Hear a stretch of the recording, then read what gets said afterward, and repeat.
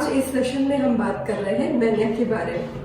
Mania होता क्या है, इसके सिम्टम्स क्या है और इसमें हम क्या ट्रीटमेंट करते हैं। तो हम सभी को पता है कि हम सभी को खुश रहना बहुत अच्छा लगता है, बट अगर इंसान एक हफ्ते से ज्यादा बिना किसी वजह से खुश रहने लगे, कम सोकर भी फ्रेश फील करने लगे या फिर पहले से ज्यादा बोलने लगे, तो ये एक अबनॉर्मल कंडीशन हो जाती है जिसे हम मैनिया कहते हैं। आइए इस मैनिया के बारे में हम डिटेल में डिस्कस करते हैं।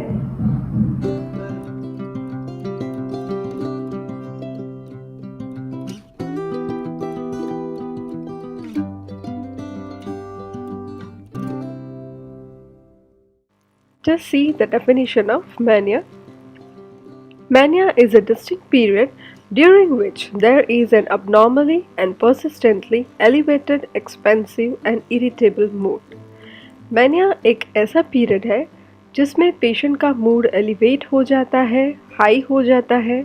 इट मीन्स पहले से ज़्यादा खुश रहने लगता है और पेशेंट को कुछ बातें पसंद ना आए तो उसका मूड सडनली इरिटेट भी हो जाता है। This period of abnormal mood must last at least 1 week and present most of the day, nearly every day, or any duration if hospitalization if necessary. Right? तो ये जो abnormal elevated mood है, अगर ये 1 वीक से ज़्यादा रहे and आगे दिए गए सिम्टम्स में से कोई भी 3 सिम्टम्स दिखे तो आप डायग्नोसिस कर सकते हैं कि पेशेंट को मैनिया ही है। अब बारी आती है ये समझने की कि मैनिया होता क्यों है। Neurotransmitters and structural hypothesis. सबसे पहला कारण है एलिवेटेड नोरेपिनेफ्रिन एंड डोपामिन। ये हमारे ब्रेन में पाए जाने वाले न्यूरोट्रांसमीटर्स हैं जिसके बढ़ने से पेशेंट बहुत ज़्यादा खुशी फील करता है। डोपामिन को हम हैप्पी हॉर्मोन्स भी कहते हैं। नेक्स्ट रीज़न है जेनेटिक कंसिडरेशन। ये भी देखा गया है कि अगर फैमिली में मैनिया की हिस्ट्री किसी को हुई है तो आने वाली जनरेशन को भी मैनिया होने का रिस्क रहता है। Monozygotic twins and first degree relatives को मैनिया होने के चांसेस ज़्यादा रहते हैं। नेक्स्ट रीज़न है it's because of psychodynamic theories. In this first one, faulty family dynamics during early life. It means बच्चों के डेवलपमेंट के टाइम अगर फैमिली में कुछ इश्यूज रहते हैं, ज़्यादा स्ट्रिक्ट रहना, ज़्यादा फैमिली में फाइट्स होना, पेरेंट्स का स्ट्रेस बच्चों पे निकलना, ये सारी चीज़ें आगे चलकर बच्चों में मेंटल इलनेस को बूस्ट कर सकती है। सेकेंड इज डिफेंस और denial of depression. It means कभी कभी पेशेंट डिप्रेशन को या लॉस को एक्सेप्ट नहीं कर पाता है और उस स्टेज को डिनाई करता है, इस तरीके से बिहेव करता है कि वो बहुत ही खुश है। ये भी एक रीज़न है कि वो हाई फील करने लगता है। सो यही सारे कारणों की वजह से मैनिया हो सकता है। नेक्स्ट है psychopathology of mania. In that, Abraham believes that the manic episodes may reflect an ability to tolerate a developmental tragedy, for example, loss of parents. इसमें अब्राहम बिलीव करते हैं कि इंसान के डेवलपमेंटल स्टेज में अगर वो किसी टाइप का लॉस उसे होता है और वो लॉस को वो टॉलरेट नहीं कर पाता है तो इन फ्यूचर उसे मैनिक एपिसोड्स आ सकते हैं। Next, Klein believes as defensive reaction in depression. Klein ये बिलीव करते हैं कि कुछ लोग डिप्रेशन से भागने के लिए डिफेंसिव रिएक्शंस देते हैं। डिप्रेशन में वो इस तरह के डिफेंसिव रिएक्शंस देते हैं कि वो कभी कभी मैनिक स्टेज में पहुंच जाते हैं।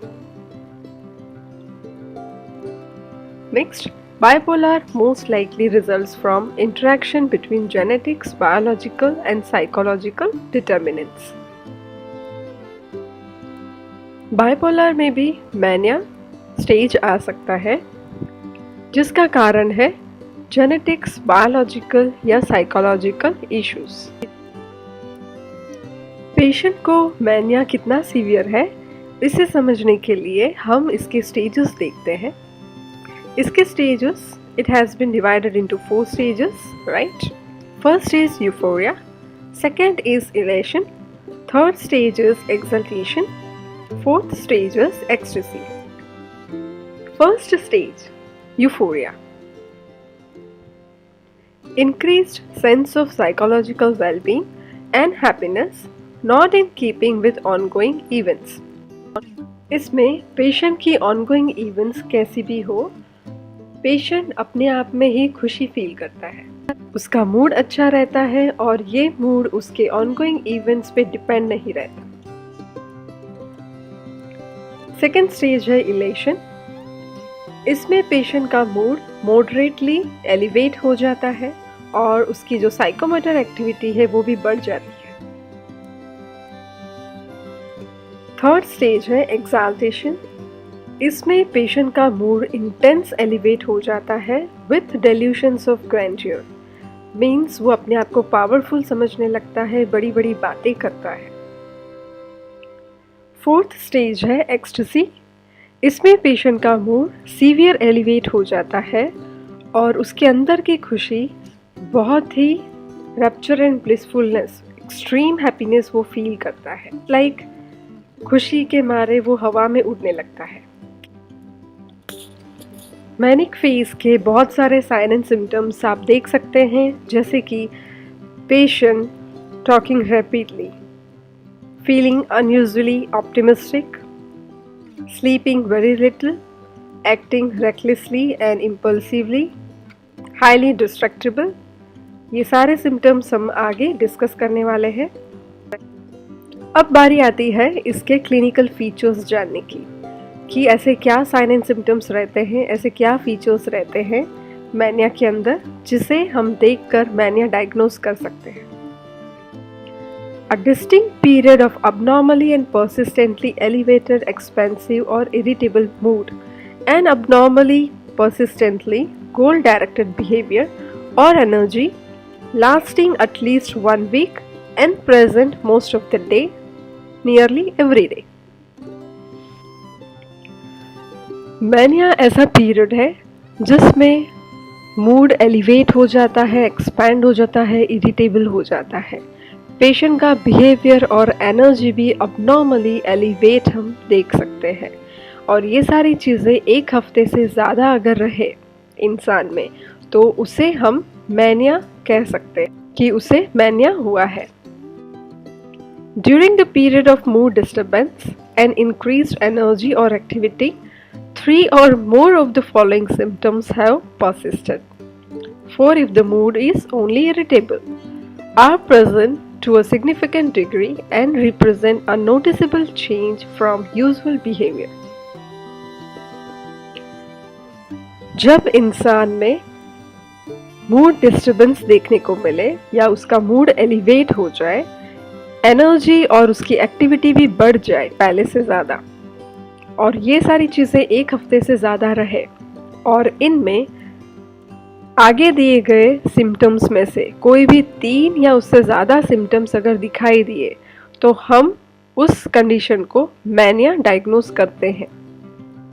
अगर सिर्फ मूड इरिटेबल ही है, उस कंडीशन में हमें 4 सिम्टम्स दिखने चाहिए पेशेंट में, तो हम डायग्नोस कर सकते हैं कि उसे मैनिया है। चलिए आइए, ऐसे कौन से सिम्टम्स हैं जिसमें से कोई भी 3 या उससे ज़्यादा सिम्टम्स पेशेंट में होने चाहिए। मैनिया में 7 सिम्टम्स होते हैं मेनली, जिसमें से 3 सिम्टम्स मिनिमम प्रेजेंट होने चाहिए मैनिया डायग्नोस करने के लिए। उसमें से सबसे फर्स्ट है इन्फ्लेटेड सेल्फ एस्टीम और ग्रैंडियोसिटी। इट मीन्स उसकी खुद की वैल्यू उसकी नज़र में बढ़ जाती है, वो बहुत ही खुश रहने लगता है और बड़ी बड़ी बातें करने लगता है, जैसे कि मैं एक पावरफुल इंसान हूँ, मैं सुपरमैन हूँ, मेरे में गॉड की शक्ति है, वगैरह वगैरह। सेकेंड सिम्टम है decreased need for sleep. Yes, उसकी नींद कम हो जाती है। ऐसा पेशेंट सिर्फ 3 घंटे की नींद से भी वो सुबह उठकर फ्रेश फील करता है।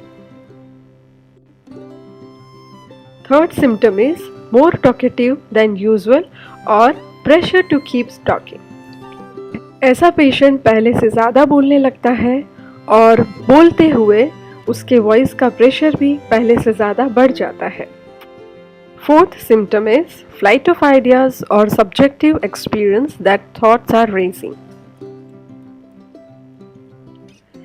इसमें जो पेशेंट के थॉट्स रहते हैं, थॉट्स के अंदर जो आइडियाज़ है वो आइडियाज़ एक आइडिया से दूसरे आइडिया पे रैपिडली जंप करते हैं, इसीलिए इसे कहते हैं फ्लाइट ऑफ आइडियाज़।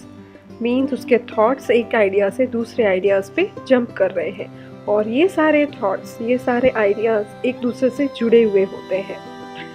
लाइक कि अगर हम पेशेंट को पूछते हैं किसी मूवी के बारे में तो वो हमें आंसर करता है, I love that movie, I am going to watch a movie with my mom adores मी।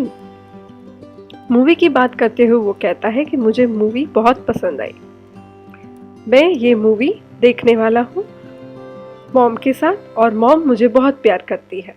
आप देखिए कि ये आइडियाज़ एक आइडिया से दूसरे आइडियाज़ पे शिफ्ट हो रहे हैं जो एक दूसरे से इंटरलिंक्ड है।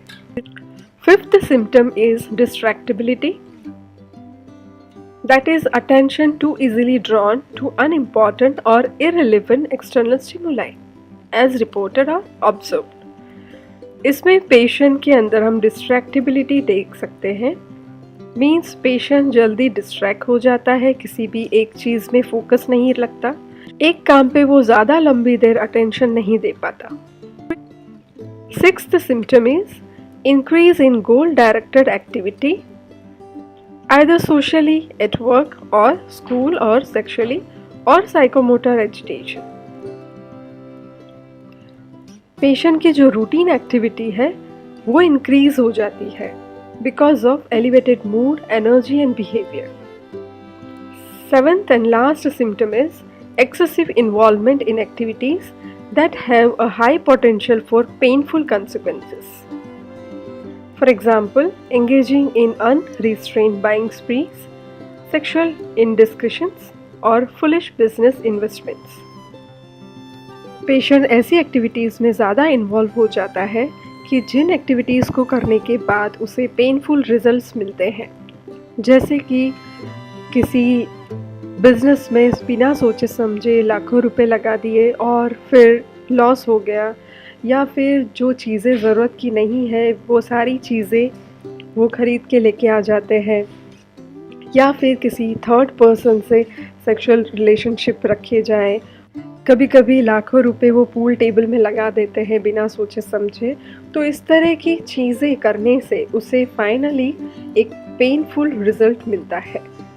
तो ये थे हमारे 7 sign and symptoms of mania, जिसमें से 3 या उससे ज़्यादा सिम्टम एक हफ्ते से ज़्यादा रहे तो हम डायग्नोस कर सकते हैं कि उसे मैनिया है। अदर सिम्टम्स, एक्स्ट्रा सिम्टम्स की अगर हम बात करें तो हम देख सकते हैं clang association, it means ideas by similar और rhyming sounds rather than actual meaning. Patient की बातों में ऐसे सिमिलर वर्ड्स वो यूज़ करता है कि जो राइमिंग साउंड्स वाले हो, सिमिलर हो। जैसे कि पेशेंट अगर कहे, well when we was first bet on the slate on the rate and the man on the ran और the pan on the ban and the sand on the man and the pan on the ban and the can on the man, on the fan on the pan. When I think of my dad, rad, mad, bad, lad, sad. इस तरह की वो rhyming sounds create करने वाले similar words use करता है। दूसरे features में इंक्रीज सोशलिबिलिटी, सोशली वो ज़्यादा इन्वॉल्वमेंट लेता है सोसाइटी में।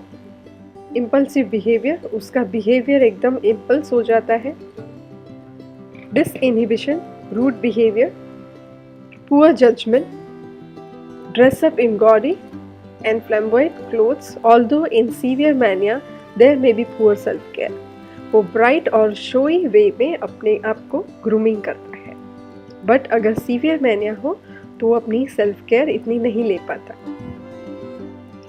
Next, decreased food intake due to overactivity, decreased attention and concentration, absent insight.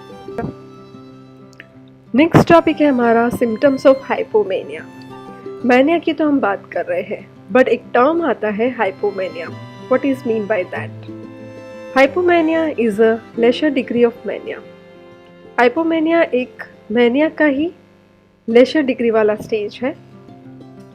There is a persistent mild elevation of mood and increased sense of psychological well-being and happiness, not in keeping with ongoing events. जैसे कि ongoing events जो चल रही है इंसान के साथ, उसको नज़रअंदाज करते हुए पेशेंट अपने आप में ही थोड़ा खुश रहने लगता है, माइल्ड मूड एलिवेट हो जाता है, जिसे हम कहते हैं hypomania.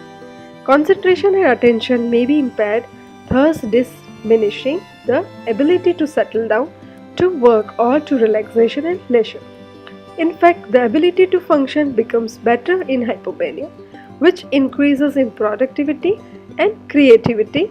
Many artists and writers have contributed significantly during such periods. इसमें पेशेंट ज़्यादा कंसंट्रेशन और अटेंशन किसी चीज़ में नहीं लगा पाता है, जिससे वो अपने आप को रिलैक्स भी नहीं कर पाता, राइट?